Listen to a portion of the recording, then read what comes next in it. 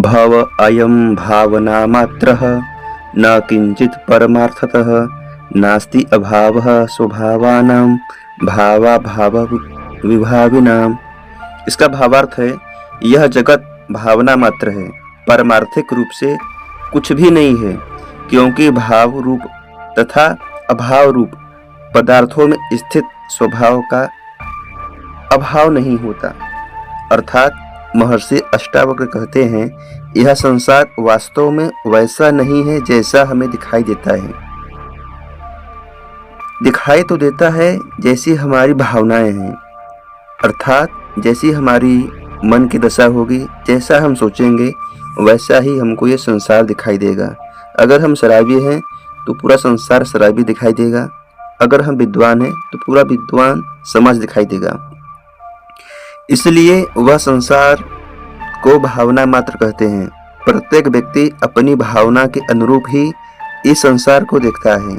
यही कारण है कि सबको संसार भिन्न भिन्न दिखाई पड़ता है। मनुष्य को संसार वैसा ही दिखाई पड़ता है जैसा वह देखना चाहता है। मनुष्य राग, द्वेष, वासना, कामना, आसक्ति, प्रीति, भय इत्यादि विभिन्न भावनाओं से युक्त है, इसलिए उसे संसार वैसा ही दिखाई पड़ता है। संसार इन्हीं भावनाओं का प्रक्षेपण मात्र है, जैसे स्वप्न भी मन का ही प्रक्षेपण है, परंतु सत्य प्रतीत होता है। स्वप्न टूटने पर ही समझ में आता है कि वह स्वप्न था, भ्रम था। वैसे ही यह संसार भी स्वप्न की भांति भावनाओं का प्रक्षेपण मात्र है, परंतु अज्ञानी मनुष्य इस यथार्थ समझ लेता है। आत्मज्ञान के द्वारा ही यह भ्रम मिटता है कि उसी को यह संसार माया मिथ्या असत्य प्रतीत होता है। वही इसका वास्तविक स्वरूप पहचान पाने में सक्षम होता है।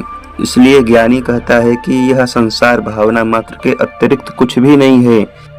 परमार्थ यानी आत्मा ही सत्य है, संसार तो भ्रम मात्र है। चूंकि ज्ञानी निराभिमानी और वासना शून्य होता है, इसलिए इस जगत का उसके लिए कोई महत्व नहीं होता, अर्थात यह संसार उसके लिए सारहीन होता है। यही इसका वास्तविक स्वरूप है, जिसे ज्ञानी देखता है। मनुष्य को भय के कारण रस्सी में सर्प दिखलाई देता है। बच्चे में भय के न होने के कारण वह सर्प को भी रस्सी समझकर पकड़ लेता है। अपना पुत्र, पत्नी आदि अच्छे इस कारण लगते हैं क्योंकि उनके साथ स्वार्थ तथा इच्छाएं जुड़ी हुई होती हैं, अन्यथा न तो वे पुनर्जन्म के साथी थे और न ही मरने के बाद ही आपका साथी बनेंगे। अगर स्वार्थ में कमी आ जाए, जरूरतें पूर्ण हो तो इसी जन्म में छोड़कर भाग जाएंगे। सिर्फ ज्योतिषाचार्य की कुंडली मिला देने से पति पत्नी नहीं बन जाते। यह झूठी पत्नी और वे झूठे पति दोनों अज्ञानी, दोनों अंधे मिल गए, अतः कुछ समय के लिए साथ हो गए, अन्यथा सारा जीवन क्लेश में ही व्यतीत होता है। ज्योतिषाचार्य से पूछने पर कि 28 गुण मिले थे, फिर झगड़ा क्यों? इसका कोई उत्तर नहीं होता है। अगर स्वार्थ न हो तो कौन मित्र है और कौन शत्रु है कहना मुश्किल हो जाता है।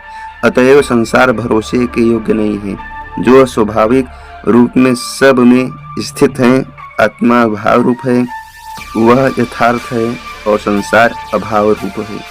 परंतु दोनों में जो स्वभाव रूप आत्मा है वही सत्य है, उसका कहीं भी अभाव नहीं होता है।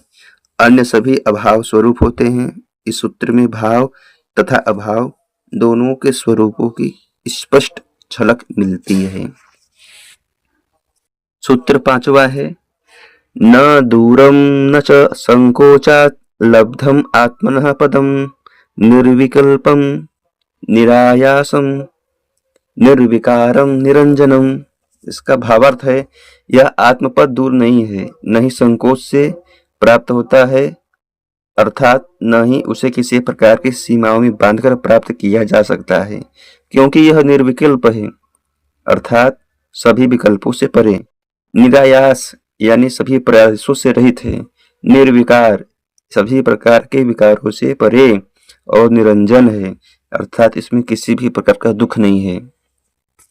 इस सूत्र में महर्षि अष्टावक्र आत्मा की स्थिति तथा उसकी विशेषताओं को बतलाते हुए कहते हैं कि आत्मा कहीं सातवें आसमान में नहीं स्थित है, न वह अदृश्य लोक में अथवा स्वर्ग में स्थित है, न कहीं हिमालय की चोटियों पर ही, न ही मठों मंदिरों में है जहां उसे खोजना पड़े। इसे प्राप्त करने के लिए लंबी यात्रा करने की आवश्यकता नहीं होती है। वह तो स्वयं के अंदर ही विद्यमान है और संकोच द्वारा कठिनाई से प्राप्त होती है।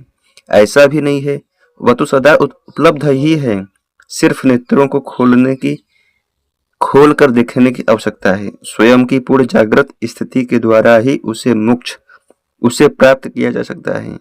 विकारों यानी दुर्गुणों की जमी हुई धूल को मात्र पोंछने की आवश्यकता है।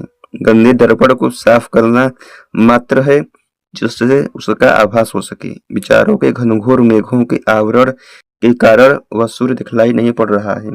विचारों से शून्य होने पर ही उसका बोध होता है। समस्त उपाय विचारों को बंद करने की प्रक्रियाएं ही है। यह आत्मा निर्विकल्प है, अर्थात सभी प्रकार के संकल्प विकल्प से परे हैं। हमें बिना किसी विकल्प के ही जान सकते हैं। यह प्रयत्न रहित है, अर्थात इसे जानने के लिए किसी भी प्रकार का कोई भी प्रयास नहीं करना पड़ता। वह निर्विकार है, शुद्ध है, वैज्ञानिक के तत्व की भांति वह यौगिक भी नहीं है। उसमें पाप पुण्य, अशुभ अशुभ, हित अहित जैसा कुछ भी नहीं है। वह निर्दोष है, वह अलिप्त है, उसे विभक्त नहीं किया जा सकता, न ही उसे छल कपट करके छीटा जा सकता है। यह न अप्रकट है और न ही किसी कमरे में बंद है कि तुम्हें उसका दरवाजा खटखटाना पड़े। वह सदैव उपलब्ध है, स्वभाव है, वो अस्तित्व है। वह फिर उसे क्या और कहाँ ढूंढना, वह विस्मृत है। उसे पुनः स्मृति में लाने की मात्र आवश्यकता है।